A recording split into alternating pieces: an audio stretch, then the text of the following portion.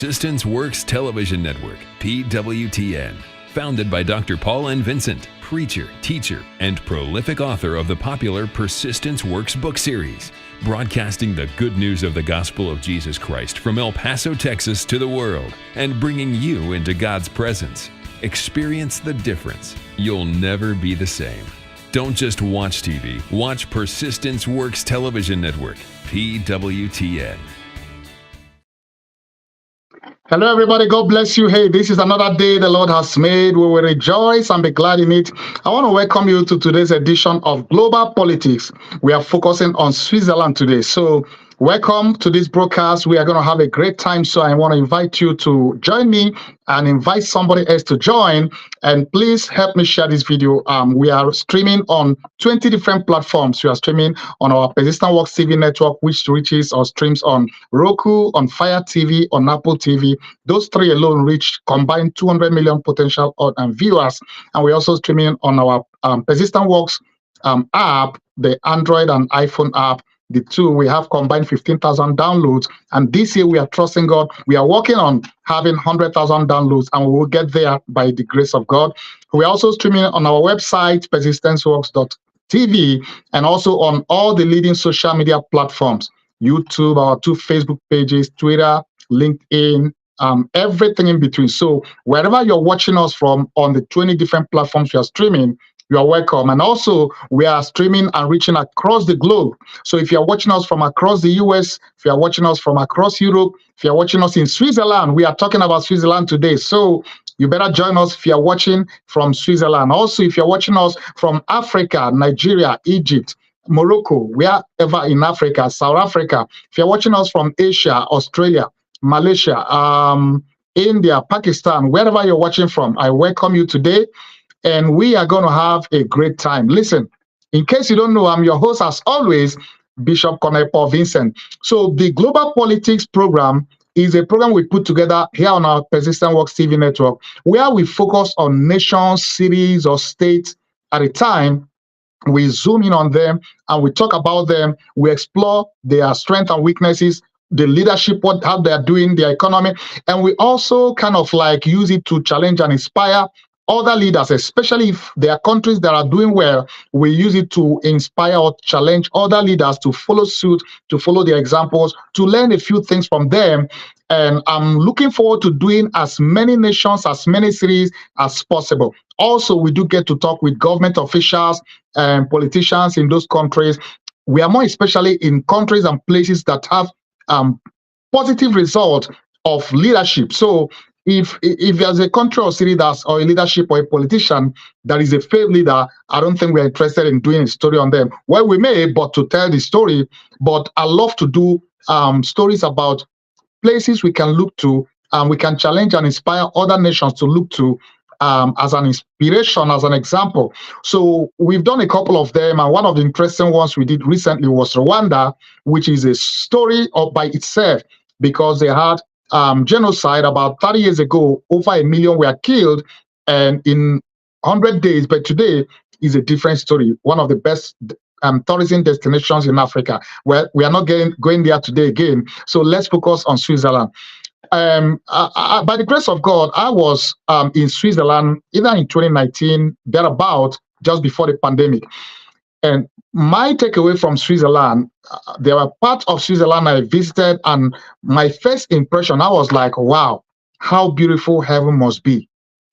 By the way, in case I've not introduced myself, I'm your host, as always, Bishop Paul Vincent. Now, I said to myself, how beautiful heaven must be. Why? Because I'm seeing such beauty, and I'm seeing nature at its best. It's as if God finished creating the world and then put a different finishing touch to Switzerland. And I'm seeing all of that. I'm like, wow, this is beautiful. I've been to many nations, many countries. I've lost count, maybe about 50 or thereabout, plus minus. But you see, including the US, beautiful US, I've been to many cities in the US. But listen, it's nothing compared to my experience and view of Switzerland. So I love the country as a country. Of course, I may not subscribe to everything they stand for, but there are basic things that have made them to become what they are. So we are going to be talking about how they've come to be what they are today. And one of the big lessons or takeaway that I want world leaders, especially in developing countries, that I want them to take away is that Switzerland is a combination of five also different nations, so to speak. They have Germans, they have Italians, they have French, they have Dutch. Now, all of these coexist, of course, in their history, and we're going to get into all of this in detail.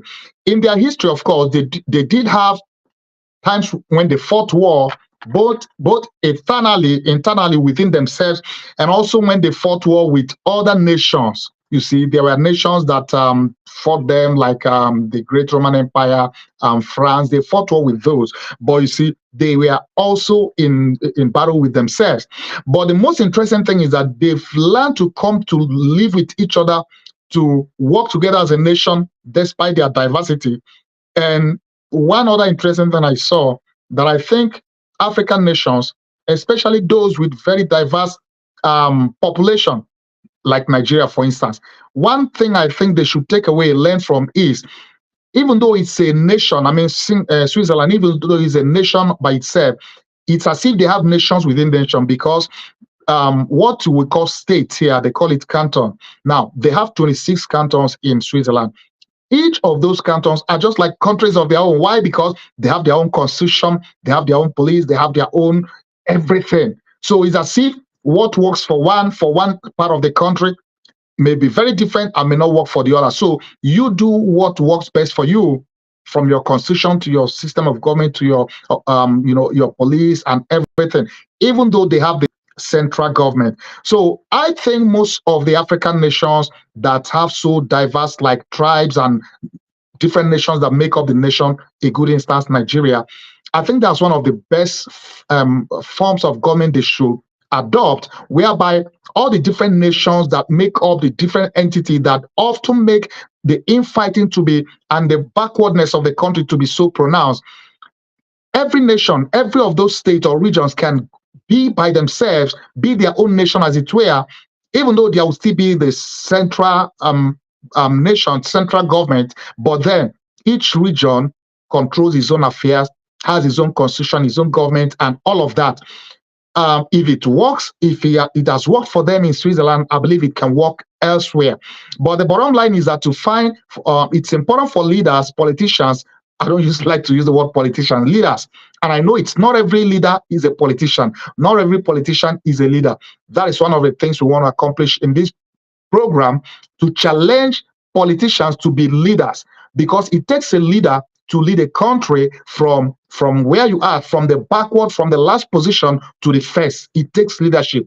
Everything rises and falls on leadership.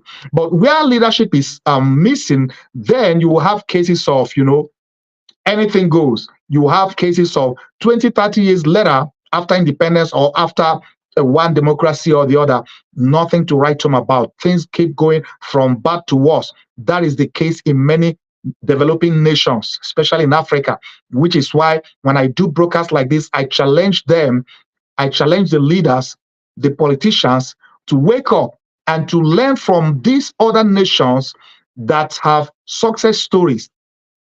You may not copy everything.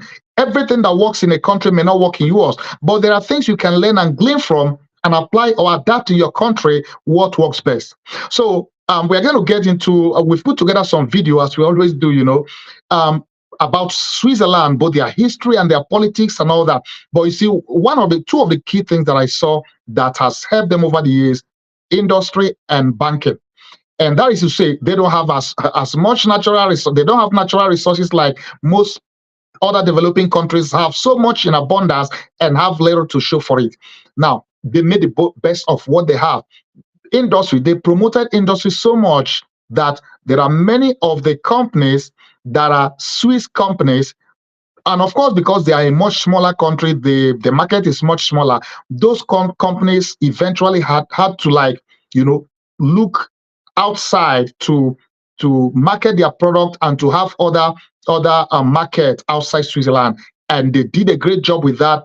And some of the biggest global brands in the world are Swiss companies, Swiss product, like Nestle, for instance, and many others. In banking, they have, almost everybody in the world knows when you say Swiss bank, banking in Swiss, that they have become the number one in terms of banking because of the reputation. That's what they call banking secrecy.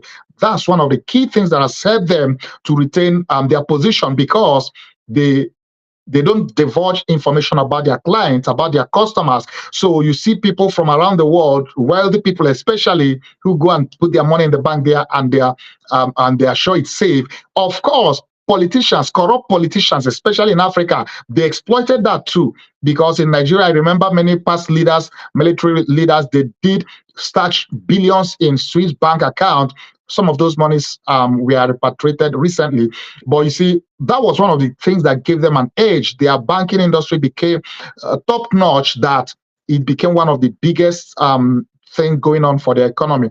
Even though in recent time that has changed too, some of US policies in trying to crack down billionaires who try to evade tax and put stash their money abroad. So all of those, and EU, they have adjusted in some of those, but it has also remained a key part of their economic growth and powerhouse. So that is to say, you may not have natural resources, you may not have oil, but there may be things you are good in, you can develop and be known for, and that could be what you can use to drive your economy. That's a big thing, a lesson to learn for other nations, because you may not have what other nations have, but what you have, or what you are able to have or create, you can make the most of it, you can make the best of it. So I'm going to get into other aspects of it, but before then, I want to we've put together a video or some videos, and I want you to pay attention to watch it. It takes you through the history of I was going to say Singapore. I've done Singapore before. The history of Switzerland, and by the way, towards the end of this broadcast, I'm going to have some of the videos and pictures of my visit there a few years ago. I put together some of those videos, pictures. But before then, so the videos we've put together, you're going to be watching some of the history, the creation, and some of the politics. And I did a little tourism they should be paying me for promoting tourism for them. But I put together some video as well, of some of the best places to visit. So if you ever want to plan to visit Singapore, we have some tips of some of the places to visit. And I'm so glad that I'm doing this today, because it's one of those countries that I've always wanted to visit. And by the grace of God, it's one of those countries I've eventually visited. I'm like, you know what, dreams do come true. Even though I hope to, be there again, from time to time. And someday, like this program, one of our goals is to get government officials, politicians, leaders, political leaders, to get them to interview them on this program. So we are going to be reaching out and interviewing some of the leaders of these nations we cover very soon. And by the way, if you're watching this and you are a political leader of any nation in the world, and you want us to focus on your country, you want us to interview maybe a president, your governor, a mayor, and you want us to talk about your country, your city, your state, maybe there is something you are doing in your state, in your city, in your nation, and there have been positive changes from when you took over, reach out to us. We want to do a story to focus on your city, your nation, your state, and be able to let the world know what's going on. And we are hoping that these broadcasts will do help inspire political leaders, especially, and other leaders, to do the best they can to serve their people, to serve their nation, their state, their city, to serve humanity, so that by the time you leave office, you should be leaving it better than you found it. You shouldn't be leaving it worse than you found it. If you leave office worse than it was when you got there, you are a failed leader, and you are failed, and that's why we have many failed leaders in Africa. And I'm hoping that these brokers will do help inspire and challenge most to become better leaders. So stand by and watch some of these videos we've put together, and I'm sure you are going to be inspired, you are going to enjoy it, and I'll be back soon to talk about and discuss more about Switzerland. So you have been watching Global Politics. Today we are focusing on Switzerland. So let's go together to Switzerland. Watching Persistence Works Television Network, PWTN. Switzerland is known for its chocolate and neutrality. Wedged between Italy, France, Germany, and Austria, the humble, non-belligerent nation and base for the founding of the Red Cross has scarcely made a bad name for itself in the recent history books. When we think of Switzerland, we don't really think of violence or political turmoil. But that's because we also don't really think about how Switzerland became Switzerland. Today, the nation known by the name Switzerland in English is actually officially known as the Swiss Confederation. With 4 official languages and 41,285 square miles of land filled with roughly 8.6 million people, when you start to pay attention, you may start to wonder, how did this nation begin? Well, the formation of the Swiss Confederation seems to have happened in a few stages. Back in the BC era, modern-day Switzerland was occupied by Helvetic Celts and would later be taken under the crown of the Roman Empire. From there, the region passed between Germanic tribes, Charlemagne, and eventually the Holy Roman Empire. It was during this time that we see the first phase of the Swiss Confederation starting on the path that turned it into Switzerland as we know it. First came the Old Swiss Confederacy.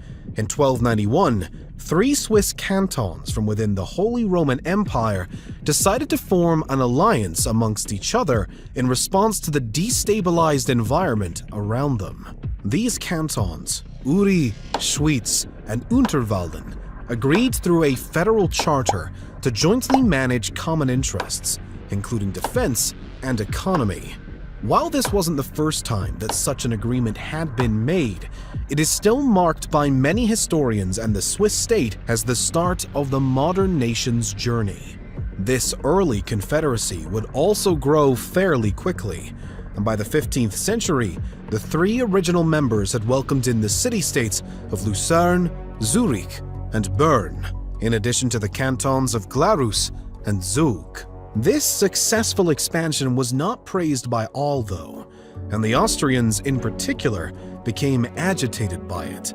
Military conflicts between members of the Swiss Confederacy and Austria began to break out off and on throughout the latter half of the 14th century. This clash was a result of the ongoing strife between the Old Swiss Confederacy and the Duchy of Austria under the command of Leopold III and resulted in a remarkable Swiss triumph. Another victory came in 1388 when the Swiss and Austrians collided again, this time at the Battle of Naples. And an even bigger turning point came for the Swiss in 1499 with the Swabian War. The Swabian War occurred between the Habsburgs of Austria and their Swabian League allies against the Swiss Confederacy, with their friends from the 3 leagues of the Grisons. As before, the root of the conflict was a territorial dispute over other neighboring lands, as the Swiss were continuing with their expansion at the expense of Austria's own ambitions. The war lasted from January through September of the same year and resulted in a peace treaty that greatly favored the Swiss and eventually granted the Confederacy de facto independence from the Holy Roman Empire. Still, the Swiss cantons remained an official part of the Holy Roman Empire for a bit longer. However, their expansion did not end by any means. For example, in 1501, 2 more cantons, Basel and Schaffhausen, joined the Confederacy. In September of 1515, the Battle of Marignano between the Old Swiss Confederacy pitted against France and Venice proved that the so-far invincibility shown by the Swiss was not quite as bulletproof as they had hoped. Nonetheless, despite the crushing defeat, the Confederacy stood strong and moved on to the next obstacle, the Protestant Reformation. The Swiss Confederacy was directly affected by the Reformation and subsequently became greatly divided. Between the influence from Luther over in Germany to that of Zwingli and Calvin, the Swiss were overwhelmed by Protestantism, and many began to follow the movement and align with its beliefs. This caused a rift between those newly Protestant Swiss and the remaining Catholics within the Confederation, and a period known as the Wars of Kappel and later the Wars of Villmergen came as a consequence. Despite the internal conflicts, though, the overall shared interests of the Confederacy members proved to be of high importance and managed to hold the alliance together. As a result, by the mid-17th century, with the signing of the Treaty of Westphalia, the Swiss Confederacy was able to gain full independence from the Holy Roman Empire. Though freedom was sweet, it was short-lived for the Swiss. In the late 18th century, Napoleon led his troops into the Swiss cantons for a successful annexation that resulted in the establishment of a centralized government and a single state under the French. It took almost 2 decades for this to be undone with the Congress of Vienna in 1815, but this finally re-established the original Confederacy. Additionally, this agreement reconfirmed the former neutrality that the Swiss Confederacy had established back with the Treaty of Westphalia, and allowed the admission of Valais, Neuchâtel, and Geneva into the Confederacy. This victory quickly led to another major step toward the establishment of today's Switzerland. After freeing itself from the grasp of France, the Swiss Confederacy faced a new string of internal conflict, as the Catholics hoped to maintain the structures of old, while the Protestants wanted to create a more unified federal state instead, amongst other civil and religious disputes between the sides. Ultimately, the Protestants won the day, and it was decided that Switzerland would become a more unified federal state with a new official constitution in 1848. Later revisions were made to the Constitution in 1874 and once more in 1891, with some slight amendments also made in 1999. Thanks to this Constitution and its amendments, referendum democracy and autonomy for the included cantons became the new pillars of Switzerland's structure, and much of the Constitution was modeled after that of the United States. Some interesting inclusions in the new Constitution were, for example, one clause that allows the entire Constitution to be rewritten if that was found to be necessary. Another put an end to Swiss troops serving abroad outside of the Holy See and under Francis II of the Two Sicilies. Furthermore, the 1891 update put a strong emphasis on direct democracy and, for the most part, finalized its contents. During the 20th century, Switzerland continued to shape itself as a unified nation and a strong European political entity. Nonetheless, it opted to stay out of both world wars and eventually joined the Council of Europe in 1963 and became a full member of the United Nations in 2002. While attempts to join the European Union ultimately resulted in a culmination of failure and withdrawal of effort, Switzerland still maintains close ties with its surrounding EU neighbors and did vote to join the Schengen area. So today, the Swiss Confederation, or Switzerland, is a unified nation of roughly 64% Swiss German speakers, 22% French speakers, 8% Italian speakers, and the remaining Romansh speakers, with its constitution dating back to 1848, while many argue that the true date of the nation's origin can be traced all the way back to 1291. The question of how Switzerland came to be formed can be answered in a few ways. One being the simple timeline of how it happened: the formation of the old Swiss Confederation, the expansion period, freedom from the Holy Roman Empire, the centralization under Napoleon, the re-establishment of the original Confederation with the Congress of Vienna, the Civil War, and finally, the establishment of the modern Confederation and its constitution. This, of course, fails to address the rest of the how, or maybe the why. For a while, there was no desire for Switzerland to become any type of unified nation, and the rulers of the cantons were satisfied with the structure of the old Confederacy. At that point in time, the higher priority was gaining more autonomy from the Holy Roman Empire and later France. Still, The first inklings of such changes may have begun with the Protestant Reformation back in the 16th century. Without a doubt, though, the division that this created proved to be a root cause in the eventual push by the Protestants for a unified state, amongst other changes.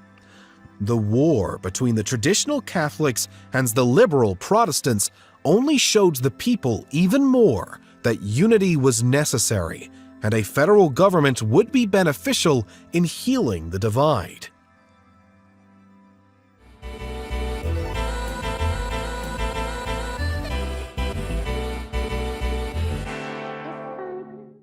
Welcome to Pangea. Today we're going to take a closer look at the Swiss political system. Switzerland is divided into 26 cantons. Each canton has an independent constitution, government, parliament, court and police, and is again divided into several communities. Each community, each canton, and the Swiss national government are therefore responsible for certain political fields. For example, the communities are responsible for kindergarten and primary school, the canton for grammar school, and the Confederation of Switzerland for example, the ETH Zurich, the University of Technology in Switzerland. In this video we will mainly focus on the national political system because every canton works slightly different from the others. All 4 years, the Swiss means a person over 18 with Swiss citizenship vote on the members of the National Council and the members of the Upper Chamber. In the National Council, each canton gets assigned a number of seats in proportion to their residents. For example, the canton of Geneva with approximately 300,000 residents with Swiss passport gets assigned 11 seats, whereas the canton of Schaffhausen with approximately 60,000 residents with Swiss passport gets only assigned 2 seats. In the Upper Chamber, every canton has 2 seats except for the canton of Obwalden, Nidwalden, Appenzell-Ausserrhoden, Appenzell-Innerrhoden, Basel City and Basel District, which are so-called half cantons and therefore only have 1 seat in the Upper Chamber. After the election of the 2 chambers, the members of parliament vote on the Federal Council, the executive body of the Swiss national government, which is divided into 7 departments and therefore has 7 seats to cover. Compared to other countries, this is quite special because instead of having 1 or 2 governing parties, right now in 2017 there are 4 governing parties in the Federal Council, reaching from the Social Democrats to the right-wing Swiss People's Party. Switzerland has, however, a president which is a member of the Federal Council, but because the president changes every year within the Federal Council and he has no additional power, the president of Switzerland is politically rather unimportant.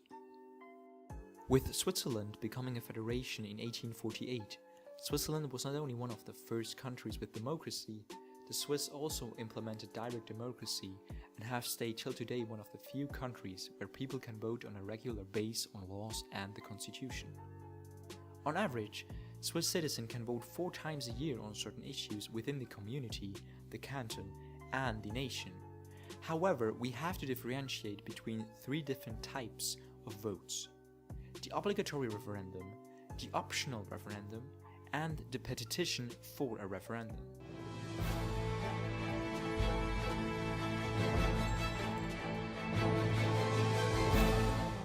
An obligatory referendum has to take place when the 2 national chambers have agreed to change the constitution. And to put a new article into place, the Swiss citizens have to decide whether they support it or not.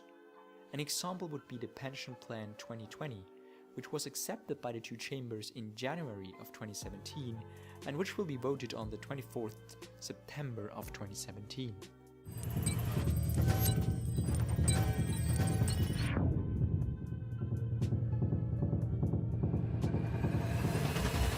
An optional referendum can take place after the 2 chambers have passed a new law. To bring the law to a vote, the Swiss have to collect 50,000 signatures within 3 months, and after that, an optional referendum can take place. An example is the Energy Bill, which was accepted on the 21st May of 2017 by 58% of voters.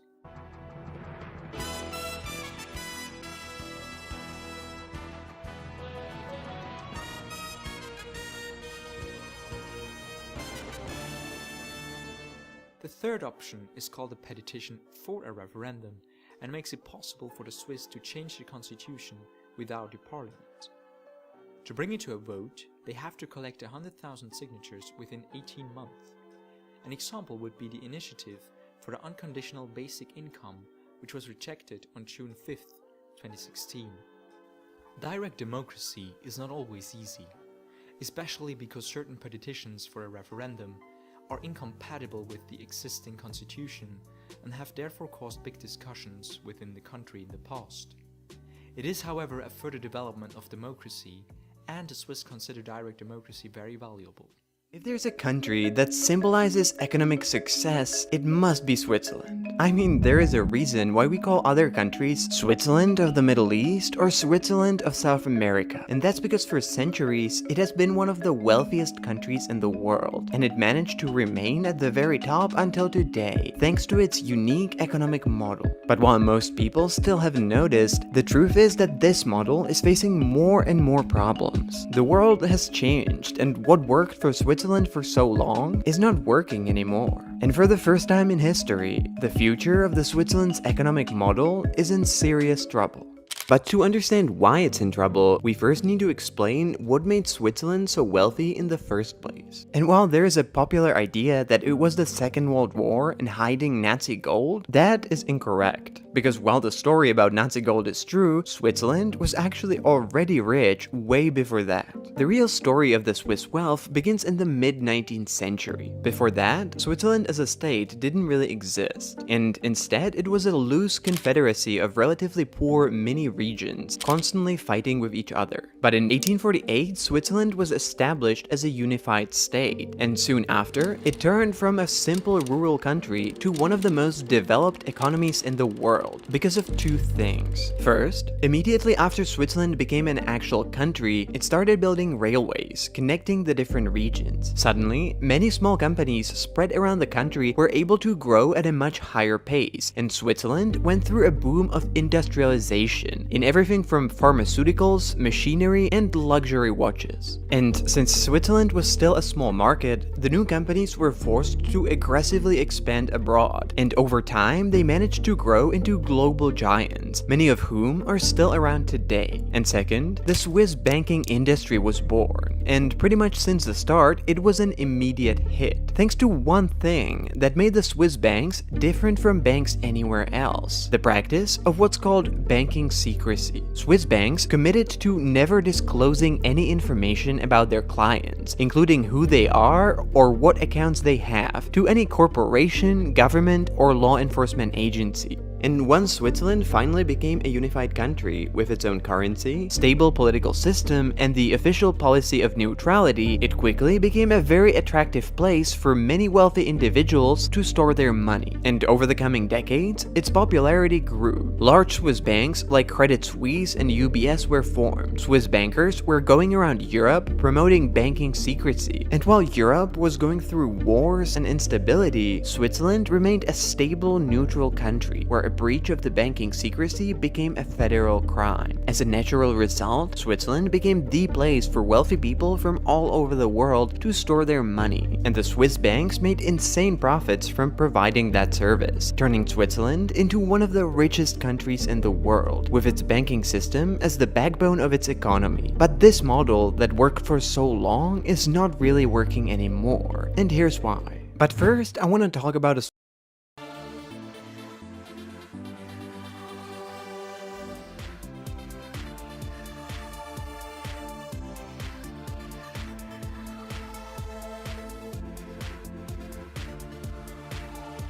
Number 7. Zurich. Switzerland's largest city, Zurich, will appeal to travelers with an interest in culture, since it boasts more than 50 museums and over 100 art galleries. When visitors get tired of shopping for internationally famous Swiss brand name goods, they can take a boat ride on Lake Zurich or go hiking in the nearby mountains. The city also boasts an impressive number of clubs for travelers who enjoy going out at night. Not to be missed is the Swiss National Museum, located in a fairy tale castle. It is dedicated to Switzerland's cultural history.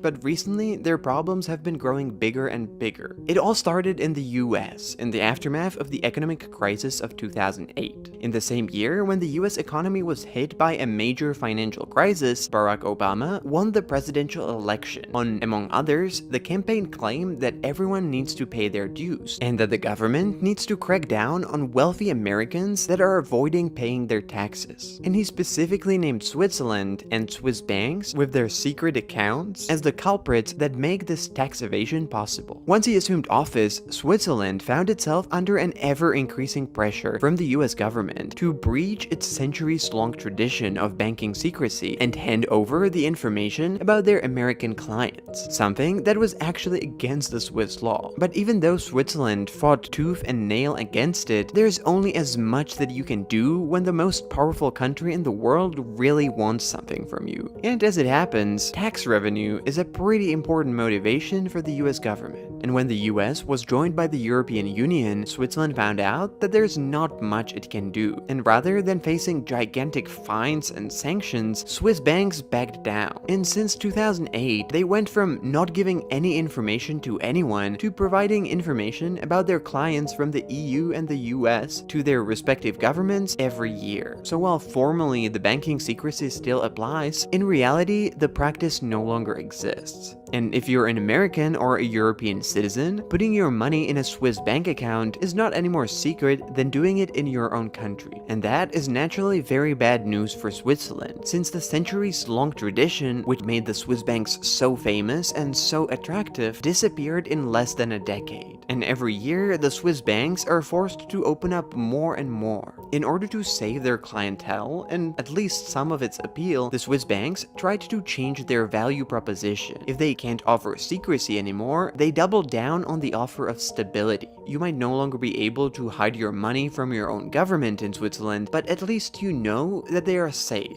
After all, banks do fall every now and then, and the new marketing strategy for the country was to say that unlike in the US or the EU, the Swiss banks are a bastion of stability, safety, and security, where you can store your money without being afraid of what's going to happen with them. Except that's no longer really true either. In March this year, Credit Suisse, the second largest Swiss bank with 50,000 employees and more than 150 years of history, found itself on the edge of a total collapse. Contrary to the public image of Swiss banks as symbols of stability and careful management, Credit Suisse was everything but that. In recent years, the bank was bleeding money that it sank into bad investments, and it was battling a series of scandals, including involvement in money laundering, tax fraud, mismanagement of client funds, and bank executives that were spying on each other. As a result, by 2023, it was in a dire financial situation, and it was running out of money. But its biggest lenders refused to keep providing more cash, which sent the bank on the edge of bankruptcy. In the end, the Swiss government had to step in the last minute and force the largest Swiss bank, UBS, to buy Credit Suisse as the only possible way to prevent a complete meltdown of the entire Swiss financial system. But while Switzerland managed to dodge this bullet, this episode showed what shape the country's banking system is really in. The Swiss banks turned out to be just as badly managed and irresponsible with their clients' money as banks everywhere else. Their second largest bank and the entire banking system along with it nearly collapsed, which would have sent Switzerland into a worse crisis than the one in 2008.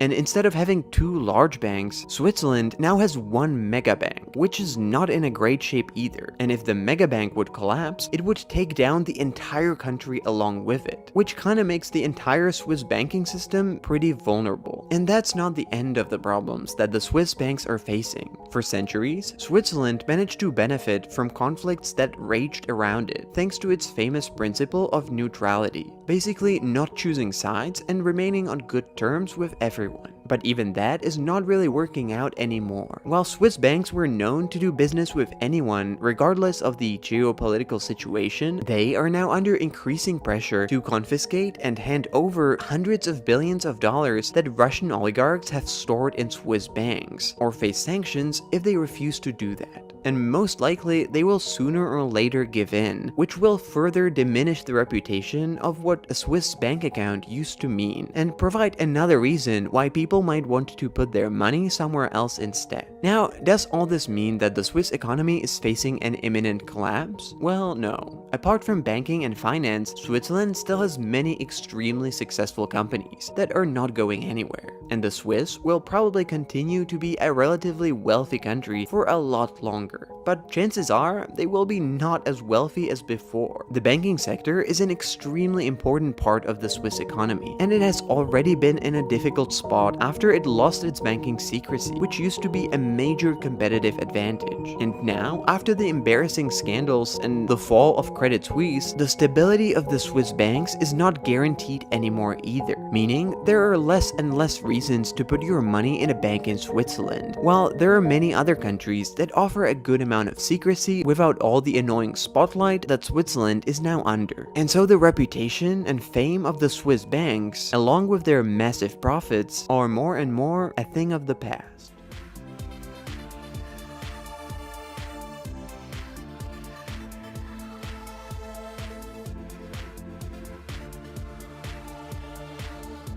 Switzerland is a small country that sits smack dab in the middle of the Alps, making for 360-degree scenery wherever a person finds themselves. Numerous lakes also add to the picture postcard look of this country, whose most famous citizen may have been the fictional Heidi. From banks to bucolic alpine meadows, Switzerland has it all. Here's a look at the best places to visit in Switzerland.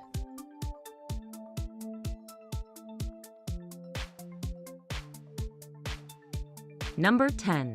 Interlaken. Interlaken used to be known as a watchmaking center, but today it's more popular as a tourist resort. Tourists started coming to Interlaken in the early 1800s to breathe in the mountain air and partake of spa treatments. Its popularity only grew from there, offering spectacular views of three famous Swiss mountains, the Eiger, the Jungfrau, and the Mönch. The city is also a popular base camp for outdoor activities in the surrounding Bernese Oberland Alps. Hungry tourists may want to try raclette, a classic Swiss dish made from cheese.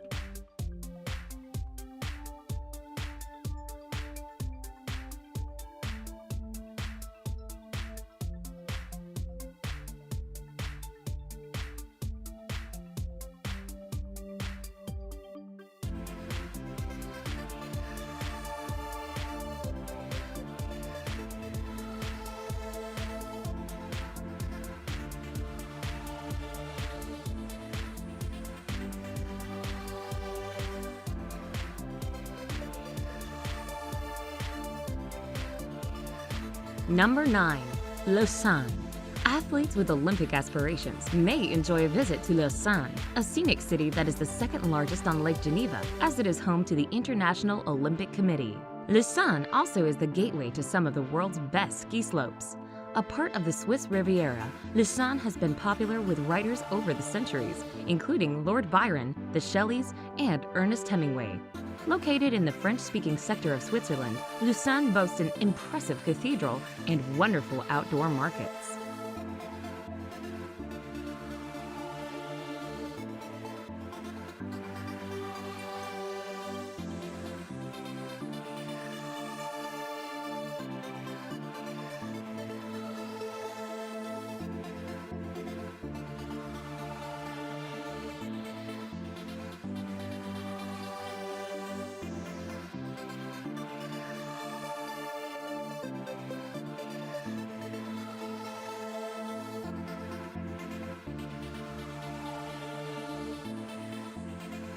Number 8.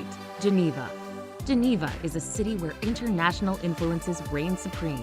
It is home to the International Red Cross Committee and the European headquarters of the United Nations, as well as 20 other international organizations. Environmental travelers will enjoy the fact that Geneva is a green city, with 20% of its land devoted to parks, earning it the nickname of City of Parks.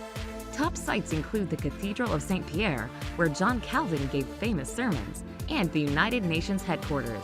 Geneva also is a good city to explore by bike or rest weary feet by taking a boat ride on Lake Geneva.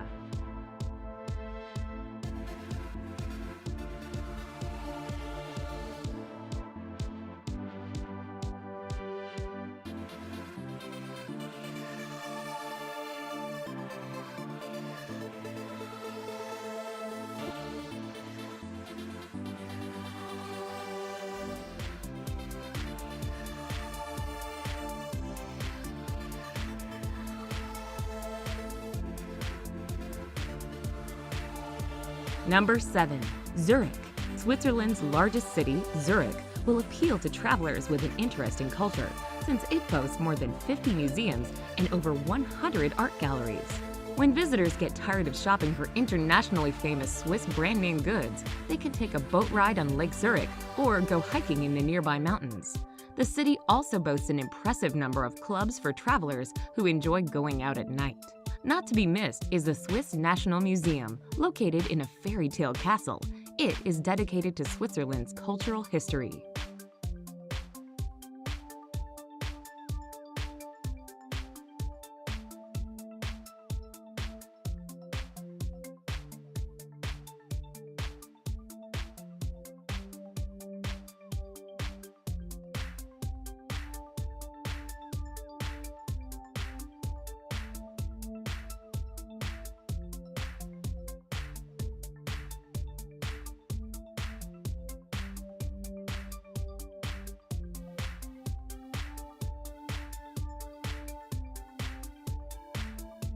Number 6. Zermatt. Zermatt is a small town that is famous for skiing and mountaineering due to its proximity to the Matterhorn, one of Switzerland's highest mountains. Cable cars whisk skiers up surrounding mountains in the winter and hikers in the summer. Zermatt is a good town for walking to various sites, since gasoline-driven vehicles are not permitted. Any vehicles within the city limits must be battery-operated. Fortunately, for visitors, it takes 30 minutes or less to walk between sites. The town is accessible via scenic train routes that connect it with the outside world.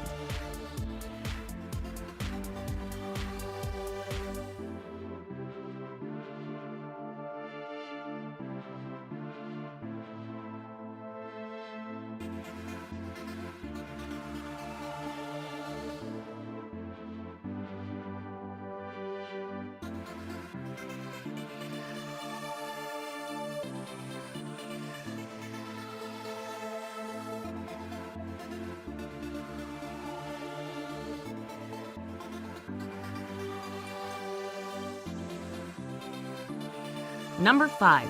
Jungfrau region. The Jungfrau region is one of the most scenic places to visit in Switzerland, both in summer and winter.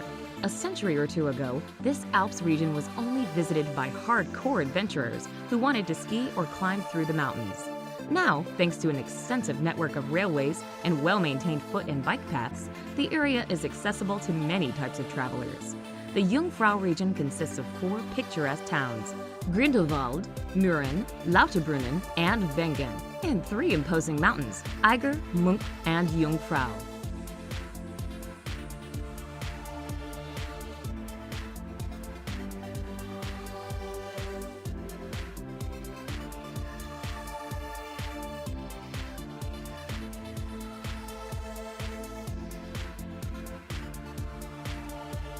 Number 4. Lugano. Lugano has been nicknamed the Monte Carlo of Switzerland because of its growing popularity with celebrities. The city is located on Lake Lugano in the Italian-speaking section of this alpine country. Lugano, which is blessed with warm summers, dates back to the 9th century.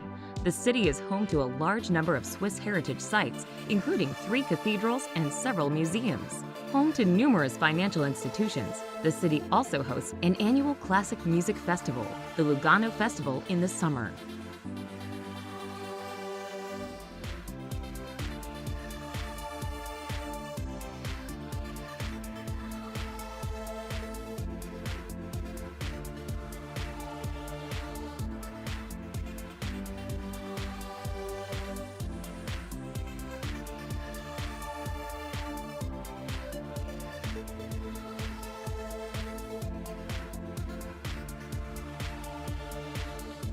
Number 3. Lake Geneva. One of the largest lakes in Europe, Lake Geneva lies on the course of the Rhone River, on the frontier between France and Switzerland. Aside from the city Geneva, most destinations in the Lake Geneva region are in either the Swiss canton of Vaud or the French department of Haute-Savoie.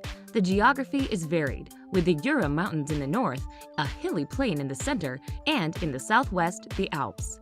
The main attractions here are the elegant cities and towns surrounding the lake, the opportunities for skiing and hiking in both mountain ranges, and, of course, the lake itself.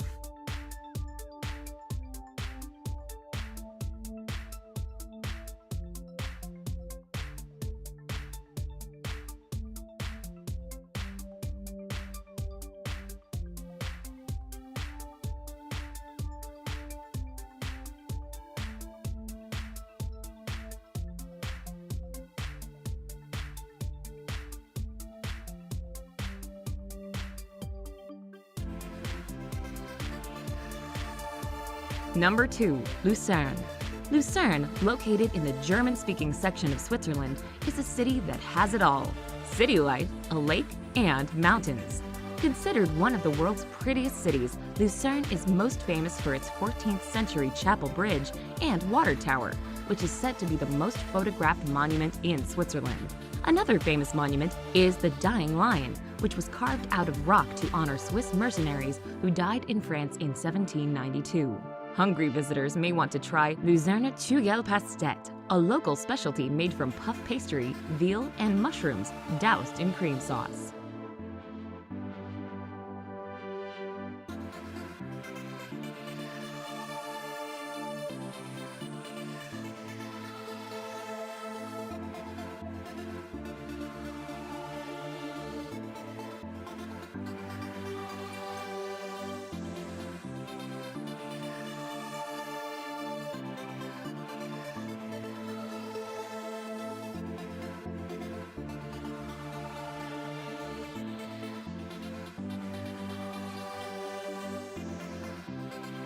Number 1.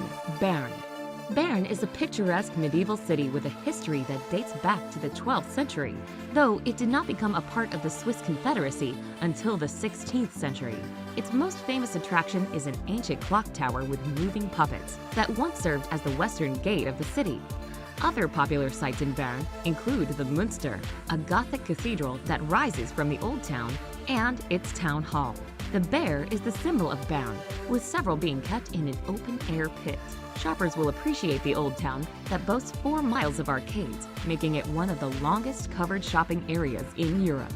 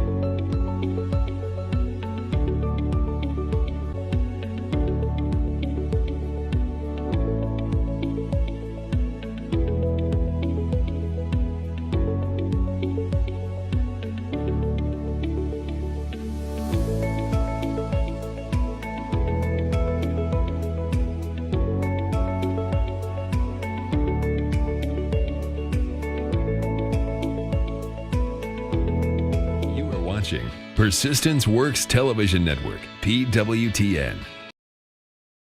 Hey, welcome back. Welcome back. I hope you enjoyed that those presentation. You are watching Global Politics. We are focusing on Switzerland, or we've been focusing on Switzerland, and we just took some time to put together the videos that talked about Switzerland, the history, their politics, and some of the interesting places to visit. Because you can't really talk about Switzerland without talking about places to visit, because it's a very beautiful, lovely city, nation. And as I said before, I visited Switzerland for missions, for ministry, and I also took time to visit a lot of interesting places, like the last few videos, pictures you saw. And I did have a great time, and it's a beautiful place. So the bottom line of it all is that it's one of those success stories of a nation, and they did some things that has worked for them. And the challenge now is for developing nations, especially in Africa, to learn a thing or two to take a leaf from some of the things they've done that has worked for them, despite the fact that they don't have natural resource like oil. Because often people think, oh, if you don't have oil, you are doomed. A country like Germany doesn't even have oil.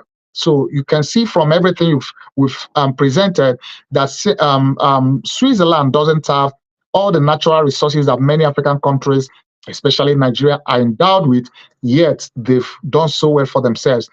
So my biggest challenge to the developing nations, especially, and their leaders, their politicians, is look at nations like these that have succeeded, learn a thing or two, take a leaf from some of what they've done that have made it a success, and implement it in your own case. Of course, you can customize and implement, but at the end of the day, everything rises and falls on leadership.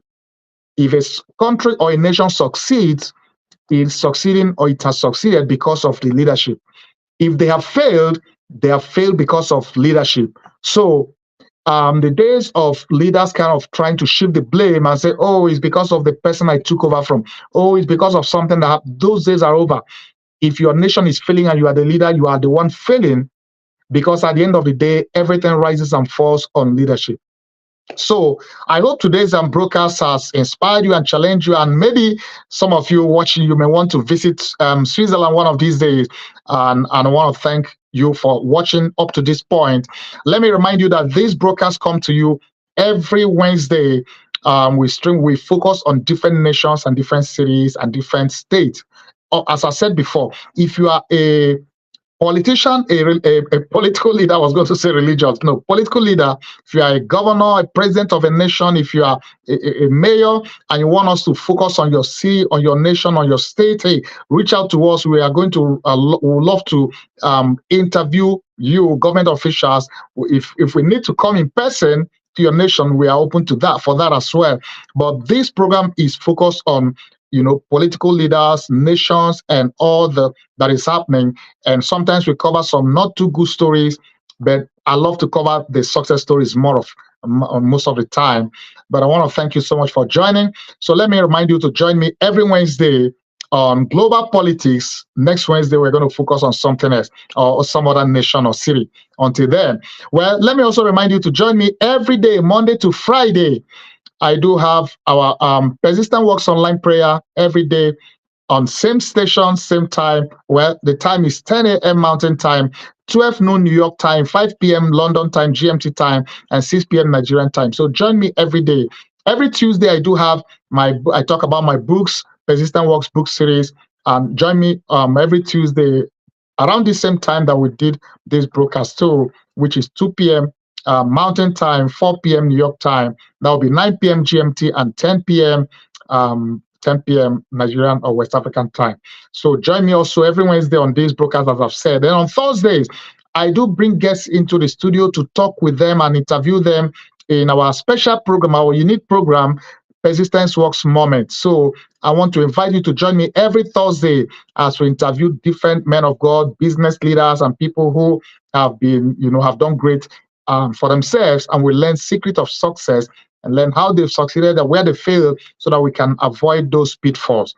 And then on Fridays, we celebrate birthdays. I love to celebrate birthdays. So if your birthday is coming up, hey, reach out to us. We want to help you celebrate your birthday. So it's your birthday on Persistent Works TV network. So we do that every Friday. We have different packages, so you will enjoy, the package we put together. We'll get some American celebrities to sing happy birthday, to sing and wish you happy birthday. If you want to watch some of the past editions we've done, just go to our TV channel. If you're on Roku, on Fire TV, on Apple TV, on our app, our Android app, iPhone app, just go to the video on demand session and you'll see the birthday. It's your birthday segment. Watch any of those. You will be inspired and you will want your birthday to be here. So if your birthday is coming up soon, reach out to us. Let's help you celebrate it and make it a bang. Praise God. And then I want to remind you once again, our magazine, Persistence Works magazine, we do publish it. Now it's being published bi-monthly. So the current edition is really very powerful, very interesting. So you can read it from our app. You can also go from any of our websites. You can go to Persistent Works Mag, persistenceworksmag.com to read it, to read each of the editions. The next upcoming edition is going to be even more powerful. So I want to thank you for your time. So remember that we come your way every day with inspirational content to challenge, to inspire you. If you have not followed me on social media, do follow me across the board. My goal is to have 1 million followers across the board. So we are on all the leading social media platforms: YouTube, Facebook, Twitter, LinkedIn. Twitter is now X, TikTok, everywhere. So help follow us, and we'll bring many of our live programs stream in all of those platforms as well. Praise God. Well, once again, I want to thank you for your time, and thank you for spending time to be with me on this day. I hope you've enjoyed this broadcast today. Global politics focus on Switzerland.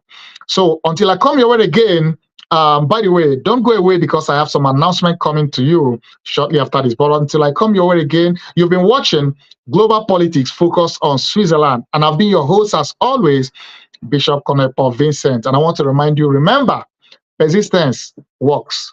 God bless you.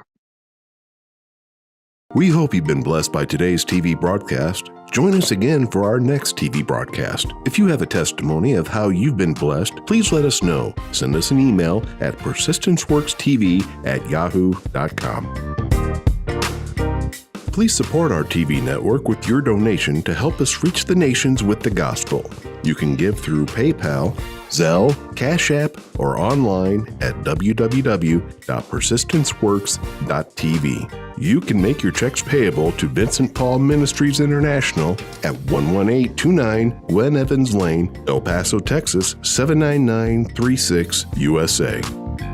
Attention, pastors and bishops. If you want to air your church or ministry program on Persistence Works TV network, or you want to promote your product or services, contact us today. Send us an email at persistenceworkstv@yahoo.com.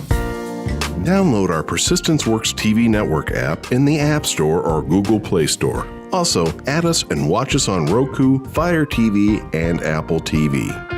Read our Persistence Works magazine and enjoy great content. Simply visit the settings page of our Persistence Works TV network app. Click on the button to read the electronic edition of the magazine.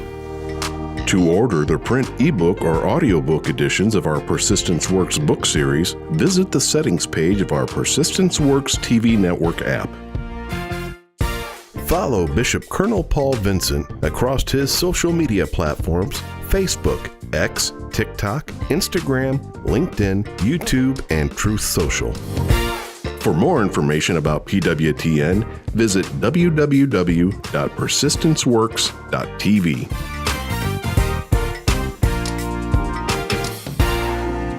Inspiration and motivation to reach your dreams in life? Are you trying to overcome discouragement? Do you desire a deeper spiritual walk with God?